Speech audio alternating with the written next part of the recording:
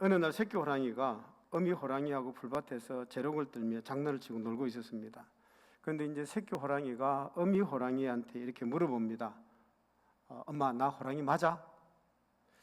달리기도 못하고 토끼 한 마리도 못 잡고 사냥도 못하는 내가 호랑이 맞아? 그러니까 어미 호랑이가 이렇게 대답을 하죠. 그럼 내가 낳은 새끼니까 너는 틀림없이 호랑이다. 그런데 이 새끼 호랑이가 또 물어봅니다. 내가 강아지만도 못한데 나 호랑이 맞아?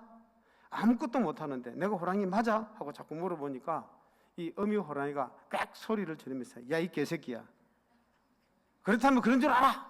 하고 소리를 꽥 지르는 겁니다. 이 새끼 호랑이가 졸지에 개새끼가 되고 말았습니다. 여러분, 지금 아무것도 못하지만 새끼 호랑이가 크면 호랑이는 호랑이입니다. 강아지만도 못한 것이지만 크면요, 백수의 왕, 다른 짐승들을 호령하는 그런 호랑이가 될 것입니다. 여러분, 내가 살아가면서 부족하다고 해서, 내 마음대로 안 되는 것이 있다고 해서 자기의 정체성을 잊어버려서는 안 되는 것입니다. 제가 한마디만 더 하겠습니다. 며느리가 시어머니하고 조용히 이야기하는 중에 이런 이제 불평을 좀 이야기를 합니다. 어머니 애써서 음식을 장만하는데도 아범이 늘 반찬 투정을 합니다. 괴롭습니다. 아무리 정성을 들여서 음식을 장만해 봐도 이래 맛이 없다, 저래 맛이 없다, 타박을 하니 정말 힘이 듭니다 하고 말을 했더니 이 시어머니가 며느리 위로한다고 이렇게 말을 합니다. 그거는 부전자전이다. 너 시아버지도 어지간하단다. 나도 그렇게 어려운 지아비를 지금까지 모시고 시중을 들고 있단다. 그렇게 대답을 하는 겁니다. 그 말을 들은 며느리의 기분이 얼마나 좋던지, 어머니가 나를 이렇게 편들어 주시는구나, 이해를 해 주시는구나, 이렇게 생각을 하고, 그래서 입을 열어서 평소에 하고 싶은 말을 다 하는 겁니다. 남편이 흉을 보는 거죠. 늦잠 자고 하루를 잘 내고 늦게 들어오고 뭐가 어떻고, 한참 흉을 보다 보니까 시어머니 눈이 동그래져 있는 겁니다. 그러니까 며느리가 아차 싶은 거예요. 내가 이 집 며느리 맞나? 내가 이 집 며느리 맞나? 이 생각이 들었던 거죠. 상황인즉 며느리가 시어머니 앞에서 그의 아들을 흉보고 있거든요. 그러면 어떻게 될까요? 이 여자가 정신 나간 여자죠. 가끔 우리는요, 이렇게 살다가 보면 나의 나됨을 잊어버리고 나의 정체성을 잃어버리고 살아갈 때가 참 많습니다. 어떤 칼럼니스트가 한다 하는 석학들을 앞에다 놓고 이렇게 질문을 합니다. 딱 한마디만 질문하겠습니다. 물어봅니다. 현대인의 특징이 무엇입니까? 하고 물었더니 한 석학이 이렇게 대답을 합니다. 현대인은 우주에 대하여, 세계에 대하여, 세상사에 대하여 정보를 너무 많이 만나서 아는 것이 참으로 많습니다. 그러나 유감스럽게도 자기 자신에 대해서는 모를 뿐만 아니라 점점 더 몰라가고 있습니다. 자기 자신에 대해서는 모른다는 거죠. 세상에 대해서, 우주에 대해서 너무 많이 알고 있지만 자기 자신에 대해서는 무지해 가고 있다는 것입니다. 확실히 그런 것 같습니다. 세상에 대해서는 너무 많이 아는 것 같습니다. 세상에 흘러나오는 정보들이 너무 많아서 그냥 아는 것이 너무 많은 것 같은데 나 자신에 대해서 너무도 모른다는 이야기입니다. 여러분, 무슨 이야기를 하는 거냐 하면 아이덴티, 자기의 정체성에 대해서 지금 말씀을 드리는 겁니다. 나의 나됨의 존귀함을 모를 때 어떻게 될까요? 내 자신에 대해서 모를 때 내가 우울증에 빠지게 되고 허탈감에 빠지게 되고 자살하는 경우들이 굉장히 많습니다. 나의 나됨을 모를 때에 내가 실망하게 되고 그래서 자살하는 일들이 많이 일어나게 되는 것입니다. 여러분, 내가 나를 알려고 하면 어떻게 해야 될까요? 내가 나의 나됨을 알려고 하면 첫 번째로요, 내가 정직해야 됩니다. 내가 내 자신에 대해서 정직해야 됩니다. 아는 것은 아는 것이고 모르는 것은 모르는 것입니다. 여기에 거짓과 위선이 있어서는 안 되는 것입니다. 내 자신에 대해서는요, 순수하고 순전해야 되는 것입니다. 좀 더 나아가면요, 모든 욕망과 끝없는 욕망과 시기, 질투 이런 것으로부터 자유해야 된다는 것입니다. 그러니까 내 마음이 깨끗해져야 비로소 나 자신을 알 수 있는 것입니다. 여러분, 이것뿐만이 아닙니다. 아무리 내가 나를 알려고 해도 나 혼자서는 알 수가 없습니다. 아무리 눈이 밝은 사람도 빛이 없으면 아무것도 보지 못하는 것과도 똑같습니다. 하나님의 밝은 빛 앞에 비추어 볼 때만이 나를 알 수 있습니다. 하나님의 빛 앞에 나를 비추어 볼 때, 하나님의 말씀 앞에 나를 비추어 볼 때 나를 알 수가 있는 것입니다. 그래서 종교개혁자 칼빈은 이렇게 말을 합니다. 하나님께 대한 지식이 없이는 자기 자신에 대한 지식이 없다, 이렇게 말을 합니다. 그렇습니다. 여러분, 하나님을 모르면 나를 모릅니다. 하나님을 알고야 비로소 나를 아는 것입니다. 하나님을 모르는 사람들이 흔히 말하기를 크게 돌을 깨친 듯이 하는 말이 있습니다. 그게 뭐냐면 인생무상입니다. 인생무상입니다. 그래서밖에 없지 않습니까? 하나님이 없으니까 세상은 어떤 세상이냐? 인생무상입니다. 여러분, 하나님을 모르니까 천상천하의 유아독존입니다. 그러니까 인생무상이 놓을 수밖에 없는 거죠. 하나님을 모르기 때문에 목표도 목적도 아무것도 없습니다. 그래서 인생은 한낱 무엇에 불과하냐면 나그네에 불과한 것입니다. 자, 여러분, 하나님을 아는 것이 곧 누구를 아는 거라고요? 나 자신을 아는 것입니다. 하나님을 아는 것이 나 자신을 아는 것입니다. 이것을 잊어서는 안 될 것입니다. 그래서 성경은요, 인생에 대해서 세 가지 차원에서 말씀을 합니다. 첫 번째는 인생은 옛 사람에 대해서 말씀을 합니다. 우리 로마서 6장 6절인데 같이 한번 읽어보십시다. 로마서 6장 6절입니다. 같이 한번 읽어보십시다. 우리가 알거니와 우리의 옛 사람이 예수와 함께 십자가에 못 박힌 것은 죄의 몸이 죽어 다시 우리가 죄에게 종노릇하지 아니하리 함이니. 자, 여러분, 오늘을 기준으로 해서 옛날을 한번 생각해 보십시오. 오늘을 기준으로 해서 우리의 과거를 한번 생각해 보면 우리의 옛 사람은 어떤 사람이었을까요? 우리의 옛 사람은 죄와 사망과 정욕의 노예였습니다. 우리의 옛 사람은 진노의 대상이었습니다. 옛 사람 이스라엘 백성이 애굽에서 노예되었던 것을 잊어서는 안 되는 것 같이 우리도 옛 사람의 모습을 잊어서는 안 되는 것입니다. 그러나 여기서 머물러서는 안 된다는 거죠. 우리가 옛 사람에 머물러서는 안 되고 여기서 조금 더 나가야 되는 겁니다. 이제 은퇴하신 분들, 퇴직하신 분들 많이 있습니다. 그런 분들하고 만나서 이렇게 인사를 나눌 때 보면 우리가 서로 명함을 이렇게 서로 주고 받습니다. 그런데 이 명함을 주고 받을 때 명함에 보면 지금 현재 내가 뭐 하는 사람이다 이렇게 적혀 있는 것이 아니고 전직 교수였다, 전직 뭐였다 이렇게 말하는 분들이 굉장히 많습니다. 다시 말하면 전직 회장, 전직 사장, 무슨 교수 뭐 이렇게 자기를 소개를 합니다. 그들을 듣고 말 일입니다만은 이제 속으로 사람들이 뭐라고 생각하느냐면 전직 사장이었고 그러면 어쨌다는 거냐 이런 생각이 들게 되는 거죠. 전에는 내가 이래 했다, 그러니까 그것에 의해서 나를 평가해 달라 이렇게 말하는 거죠. 자, 지금 내가 이렇게 초라하지만 과거에는 어떠했다? 내가 그래도 전직 사장이었다. 과거에 의해서 오늘을 생각하는 것처럼 비참한 것이 없습니다. 잘 됐든 잘못됐든 지나간 일은 지나간 일입니다. 이 옛 사람, 우리가 살아가면서 옛 사람에 대해서 이게 떠나야 되는 거죠. 옛 사람을 벗어나야 되는 것입니다. 이 옛 사람을 벗어나지 못하면 항상 뭐 이야기합니까? 미래에 대한 소망에 대한 그런 이야기를 하지 않습니다. 항상 무슨 이야기합니까? 지나간 이야기, 과거 이야기, 잘못했던 이야기, 그 이야기만 계속 하게 되는 거죠. 그래서 옛 사람 이것으로부터 깨끗이 떠나야 되는 것입니다. 두 번째는요, 은혜 안에 있는 나를 이야기를 합니다. 지금은 은혜 안에 있음을 깨달아야 됩니다. 현재 나는 은혜 안에 있는 자유인이요 사명을 받은 사람이라는 것, 여러분 이걸 꼭 기억하셔야 됩니다. 나라고 하는 존재, 참 내가 나를 볼 때 쓸모없는 것 같아도, 나라는 존재, 내가 봐도 내가 참 쓸모없는 존재 같아도 하나님께서 보실 때는 나를 쓸모가 있는 거죠. 나는 할 일이 없는 것 같으나 하나님께서 보실 때는 나를 통해서 할 일이 있는 것입니다. 그래서 내가 존재하는 것입니다. 그런 거로 현재는요 기회요 사명이요 약속된 미래가 있습니다.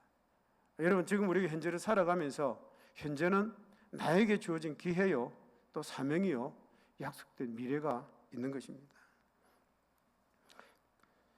어느 날 우리가 때가 되면 요단강을 건널 때가 있을 것입니다. 또 저 가나안 하나님 나라에 가게 될 것입니다. 이걸 잊어서는 안 될 것입니다. 그래서 사도 바울은 늘 편지에서 하는 말씀이 있습니다. 그게 뭐냐면 그리스도의 날에 너희는 나의 자랑이 되고 내가 너희의 자랑이 되라라. 위에서 부르신 부름의 상을 바라보며 표대를 향해서 나는 달려가노라. 내 앞에 생명의 면류관이 있다. 여러분, 사도 바울의 편지를 가만히 읽어보면 항상 그 말을 합니다. 무슨 말이냐면 내가 너를 전도했기 때문에, 내가 너를 전도했기 때문에, 그래서 내가 하나님 앞에 가면 너는 나에게 자랑이라, 예수 그리스도에게 자랑할 것이 있다는 거죠. 그리고 사도 바울 자신도 너에게 자랑이 될 것이다. 그리고 우리는 위에서 부르신 그 부름의 상을 향해서 표대를 바라보며 달려가노라. 그리고 내 앞에는 준비된 그 면류관인 생명의 면류관이 있다. 이렇게 환하게 결정적이고 약속된 미래를 바라보며 사는 사람이 그리스도인이라는 거죠. 약속된 미래를 바라보면서 살아가는 사람이 그리스도인입니다. 그래서 오늘 말씀은요, 이 문제를 좀 더 확실하게 사실적으로 말씀을 합니다. 그리스도와 함께 죽었고 그리스도와 함께 살았다라고 말씀을 합니다. 로마서 6장 8절입니다. 같이 한번 읽어보십시다. 만일 우리가 그리스도와 함께 죽었으면 또한 그와 함께 살 줄을 믿노니. 우리 다시 한번 더 읽어보십시다. 만일 우리가 그리스도와 함께 죽었으면 또한 그와 함께 살 줄을 믿노니. 우리가 그리스도와 함께 죽었다라고 합니다. 여러분, 죽었다? 여러분 스스로 한번 생각해 보십시오. 여러분 스스로 얼마나 죽었습니까? 박노해라고 하는 분을 아실는지 모르겠습니다. 그 박노해라는 분은 오늘은 다르게라고 하는 수필집을 쓰신 분이십니다. 이분인 얼굴 없는 노동자 시인으로 오랫동안 살다가 얼굴 있는 시인으로 우리 앞에 나타나서 많은 일을 하고 있습니다. 이 박노해 씨라는 분은 어떤 분이냐면 1998년도 광복절의 특사로 석방된 시인입니다. 91년도에 무기징역 선고를 받고 옥고를 치른 사람입니다. 자, 그런데 감옥에 있을 때에 어떻게 살았느냐 하면 그 마음속에 분노와 고독과 절망과 탄식으로 단식 투쟁을 굉장히 많이 했습니다. 단식 투쟁을 굉장히 많이 했습니다. 자, 그런데 그런 분노로 가득 찬 사람이 어느 날 TV를 통해서 소식을 듣게 되는 거죠. 동유럽이 무너지는 겁니다. 동유럽이 무너지는 거죠. 동독과 서독이 합해지는 거죠. 공산주의 동독이 무너지는 것을 자기도 똑똑하게 본 것입니다. 그 소식을 듣고 깜짝 놀랐습니다. 왜냐하면 이 사람은 사회주의 국가에 대한 오랫동안 생각했던 것들이 그 동유럽이 무너지는 것을 보면서 자기의 그 모든 것이 다 무너지는 것 같은 것을 느꼈던 거죠. 그래서 이 박노해 씨는 그의 책에서 이렇게 아주 명료하게 고백을 하고 있습니다. 내 마지막 남은 애착과 자존심까지 벗어야 한다. 나를 해체하고 정체성을 깨뜨리고 내가 내 안에서 적극적으로 빠져나와야 한다라고 고백을 합니다. 여러분, 여기 공산주의, 사회주의에 대한 생각 갖고 있던 거기서 내가 적극적으로 빠져나와야 한다. 내가 나 자신으로부터 적극적으로 빠져나와야 한다. 나를 해체해버려야 된다.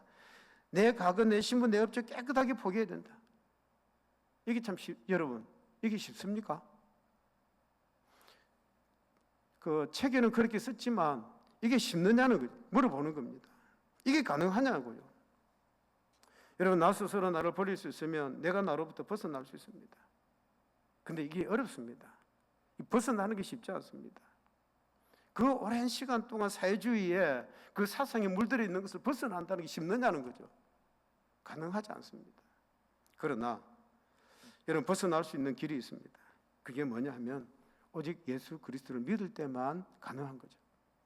예수 그리스도를 믿을 때만이 가능한 것입니다. 오늘 말씀에 그리스도와 함께 죽었다라고 말씀을 합니다. 다시 말하면 예수 그리스도를 바라볼 때, 예수 그리스도를 바라볼 때 그리스도와 함께 죽은 나 자신을 발견할 수 있는 거죠. 예수 그리스도를 바라볼 때, 예수 그리스도를 믿을 때 그리스도와 함께 죽은 나 자신을 발견하게 되는 것입니다. 여러분, 이걸 신학적으로 말씀을 드리면 율법적으로 이제는 죽었다는 거죠.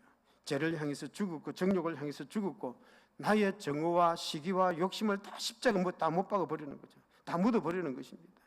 그래서 사실상 십자가를 쳐다볼 때에, 다시 말하면 예수 그리스도를 믿을 때에 나를 죽여서 내가 죽을 수 있는 것이지, 그가 나를 자유케 해 주어서 내가 자유할 수 있는 것이지 내가 자유할 수 있을 수가 없다는 거죠. 그뿐만이 아닙니다. 내가 예수 그리스도와 함께 산다라고 말씀을 합니다. 여기 예수 그리스도와 산다라는 말은 부활의 아침을 말씀을 하고 있는 것입니다. 오메가 포인트입니다. 예수께서 부활하신 그 영광된 형체, 그와 같이 변화할 것입니다. 우리가 지금은 취하고 보잘것없는 존재이지만 우리가 육체의 몸을 벗어나는 그 순간 그리스도의 영화로운 부활하신 몸과 같은 자유한 신령한 몸으로 변화할 것, 이것이 앞에 있는 약속입니다. 그래서 우리는 그리스도와 함께 살 줄을 믿는 것입니다. 그리고 오늘을, 현재를 우리가 살아가는 것입니다. 자, 여러분, 그러면 우리가 어떻게 현재를 살아가느냐는 거죠. 우리가 어떻게 오늘을 살아갑니까? 그리스도 안에 사는 것입니다. 우리 로마서 6장 8절 말씀, 로마서 6장 8절 말씀 다시 한번 읽습니다. 만일 우리가 그리스도와 함께 죽었으면 또한 그와 함께 살 줄을 믿는, 다시 한번 읽어보십시다. 만일 우리가 그리스도와 함께 죽었으면 또한 그와 함께 살 줄을 믿느니. 자, 여러분, 예수를 믿는다는 게 뭡니까?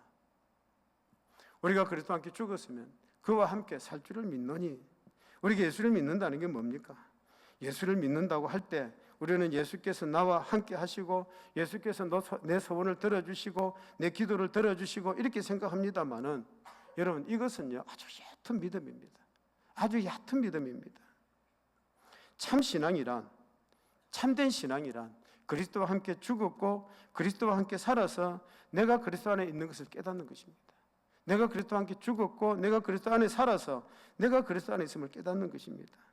어찌 생각하면 하나님께서 왜 나를 이렇게 버리셨나 싶은 생각이 들 때가 있습니다. 자, 그런데 어느 순간에 내가 믿음을 갖게 되었을 때에 거기에 하나님이 계셨습니다. 내가 울고 있을 때 하나님께서 거기에 계셨습니다. 내가 절망하고 있을 때 벌써 하나님께서 돌보시고 계셨습니다. 나는 완전히 사막에 버려진 것 같은데, 그런데 거기가 하나님께 주신 은혜의 장소였습니다.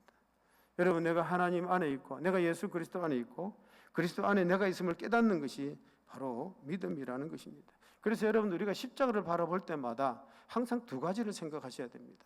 내가 십자가를 바라볼 때마다 항상 두 가지를 생각하셔야 됩니다. 첫 번째는 뭐냐 하면, 십자가는 내 자신이 죄인됨을 깨닫게 해줍니다. 십자가를 바라볼 때마다 내가 죄인이구나, 이 죄인됨을 계시해 주는 것입니다.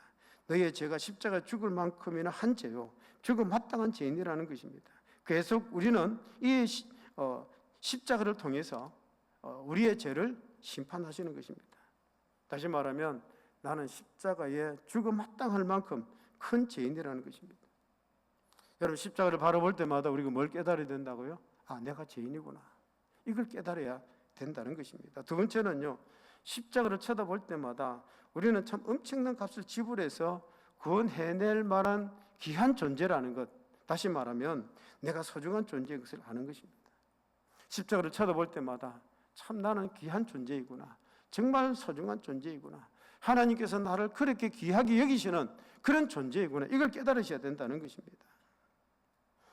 여러분, 그리스도를 사랑하십니까? 하나님을 사랑하십니까? 그리스도를 사랑하는 나머지 그리스도 안에서 나를 사랑하는 것입니다. 그래서 내가 그만큼 소중한 것입니다. 주님께서는 나를 위하여 죽으셨습니다. 주님께서 우리를 위하여 죽으셨습니다. 여기서부터 내 정체감을, 내 아이덴티티를 생각하게 되는 것입니다. 자, 여러분의 어머니가 여러분을 위해서 수고를 정말 많이 하셨습니다. 저도 어머니를 생각할 때마다 늘 그렇습니다. 한평생 저를 위해서 기도해 주신 어머니, 그 기도해 주신 어머니를 생각할 때마다 정말 나 자신의 소중함을 생각합니다. 눈물로 기도하시는 어머니를 생각할 때마다 정신이 번쩍 듭니다. 얼마나 소중합니까? 여러분, 십자가를 바라볼 때마다 항상 이 생각을 하셔야 돼요. 십자가를 바라볼 때마다 내가 너를 이와 같이 사랑한다. 하나님의 사랑입니다. 하나님이 나를 이와 같이 사랑한다 하시는 그 사랑 안에서 나 자신을 발견할 수 있어야 이것이 그리스도인이라는 겁니다. 십자가를 바라볼 때마다 하나님이 나를 이렇게 사랑하시는구나, 이걸 여러분들이 깨달아야 된다는 것입니다. 그래서 오늘 성경에서 이것을 다시 한번 자세하게 말씀을 합니다. 자, 은혜라고 하는 것은요, 이 은혜 안에 있다는 정체의식이라는 것은 첫 번째, 주어진 존재라는 것입니다. 은혜는요, 은혜라고 하는 정치의식은 주어진 존재입니다. 여러분 자신은 여러분이 선택한 것이 아닙니다. 여러분들이 태어나고 싶어서 태어나셨습니까? 내가 한국인으로 태어나고 싶어서 태어나셨습니까? 내가 그 집안에 태어나고 싶어서 태어났습니까? 아닙니다. 내가 부모를 선택한 것이 아닙니다. 낳아주어서 그렇게 난 것입니다. 여러분 한국 땅에 왜 태어났습니까? 낳아주어서 태어난 것입니다. 주어진 여건이요, 또한 이 신분도, 이 지식도, 이 재능도, 내가 사는 이 영역도, 이 한계라는 것도요, 내가 선택한 것이 아닙니다. 주어진 것입니다. 은혜로 내게 주어진 것입니다. 이것에 대해서 불만이 많습니까? 여러분 다시 한번 생각해 보십시오. 내 선택이나 노력과는 관계없이 이 모든 일들이 뭐 해주었다고요? 그냥 주어진 것입니다. 나에게 그냥 주어진 것입니다. 이 모든 일이 너무나도 크고 놀라운 하나님의 은혜라는 것입니다. 두 번째는요, 얻어진 것이 은혜입니다. 얻어진 것입니다. 나로 하여금 공부할 수 있게 하셨지요. 지능을 주셨지요. 건강을 주셨지요. 또 밝은 총명을 주시고 기회를 주시고, 이 모든 일이 다 은혜라는 것입니다. 여러분, 내가 텃밭에서 농사를 짓지만, 그런데 농사를 하게 하신 하나님, 추수하게 하신 하나님, 사실 내가 한 것은 심었고 약 준 것밖에 없는 거예요. 그런데 그 자라게 하신 분이 누구십니까? 하나님이 하신 거예요. 이게 얻어진 것입니다. 얻어진 것입니다. 결국 내가 한 것이라고는 아무것도 없는 거죠. 지식과 경험과 재산과 모든 일들이 다 하나님의 은혜라는 것입니다. 내가 할 수 있도록 내게 주어진 그 직분, 그 맡겨주셨기 때문에, 그래서 내가 함께 할 수 있는 거죠. 내가 할 수 있는 것입니다. 그리고 오늘 내가 있는 것입니다. 자, 세 번째는요, 이보다 더 큰 은혜가 있습니다. 그게 뭐냐면 여겨지는 것입니다. 여겨지는 것입니다. 이것은 믿음으로 말미암아 어렵다 하심을 얻는다라고 하는 말씀입니다. 우리 로마서 5장 1절 말씀입니다. 로마서 5장 1절 같이 한번 읽어보십시다. 그러므로 우리가 믿음으로 어렵다 하심을 받았으니 우리 주 예수 그리스도로 말미암아 하나님과 화평을 누리자. 우리 한 번 더 읽어보십시다. 그러므로 우리가 믿음으로 어렵다 하심을 받았으니 우리 주 예수 그리스도로 말미암아 하나님과 화평을 누리자. 자, 여러분, 어렵다 하심, 믿음으로 어렵다 하심을 받았으니 그랬습니다. 어렵다 하심입니다. 어려운 것이 아닙니다. 어렵게 되는 것이 아닙니다. 어렵다 하신 것입니다. 여러분이 어렵다 하시면요, 순수하게 우리말로 표현하면 어렵다고 봐주시는 겁니다. 어렵다고 봐주시는 겁니다. 어떻게 봐주시느냐가 문제입니다. 믿음으로 어렵다고 봐주시는 것입니다. 여러분, 우리가 어린아이들을 한번 보십시다. 예를 들어서 지금 말씀을 드립니다. 어린아이들을 보십시다. 어린아이들이 실수도 합니다. 그런데 그 실수를 해도 예쁜 거죠. 걸어가도 넘어져도 그게 예쁜 것입니다.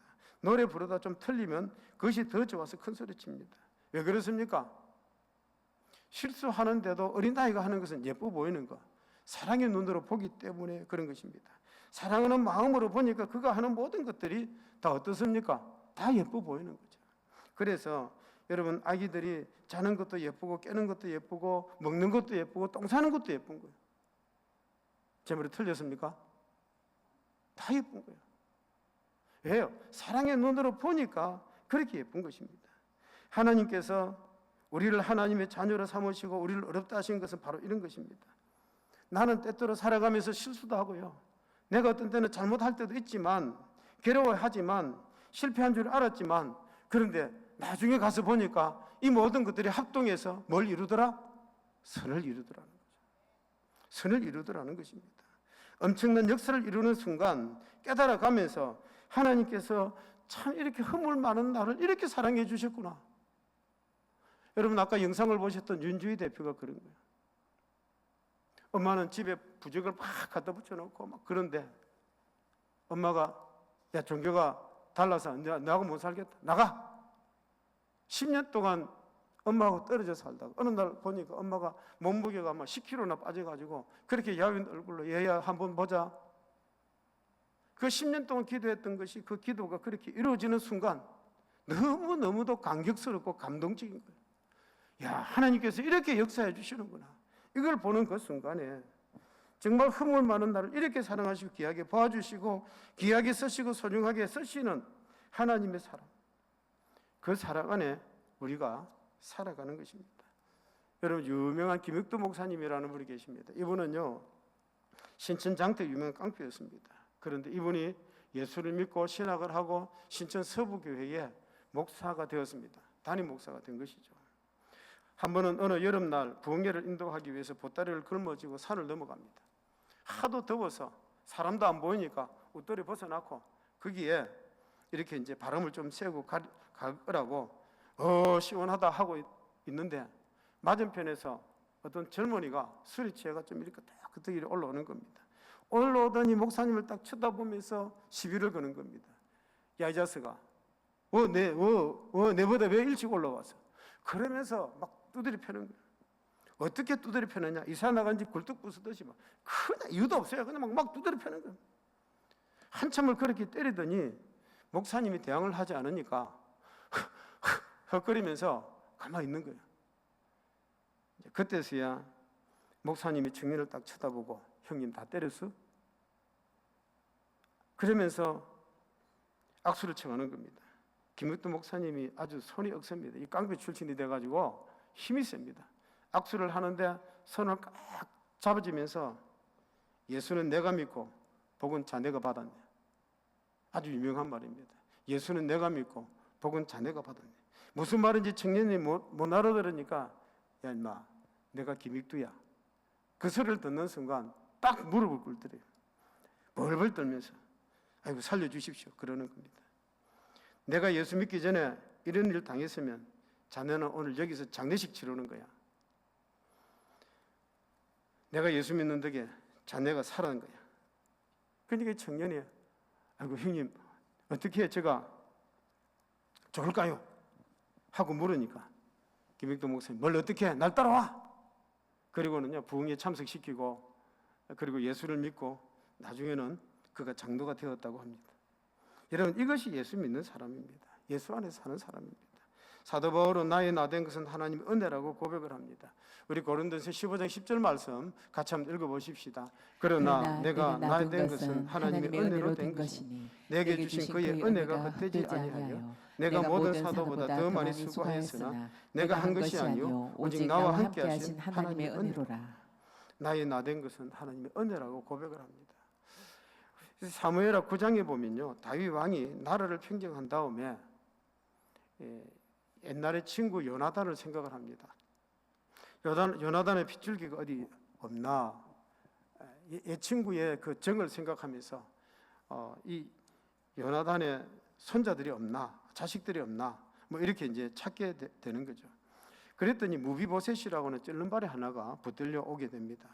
다윗 왕을 없애려 했던 그 사울이 손자 무비보셋 벌벌 떨고 두려워합니다. 쩔름발이니 쓸모도 없고 족보를 따져보니까 사울이 우선입니다. 참 따져보면 원수요 사울이 후손입니다. 관계가 묘합니다. 그런데 요나단을 생각하면 사랑하는 친구의 아들이 무비보셋입니다. 그래서 다윗은 사울의 손자가 아니라 요나단의 아들로 무비보셋을 대우를 합니다. 그래서 다윗이 은혜를 베풉니다. 사무엘하 9장 7절입니다. 같이 한번 읽어보십시다.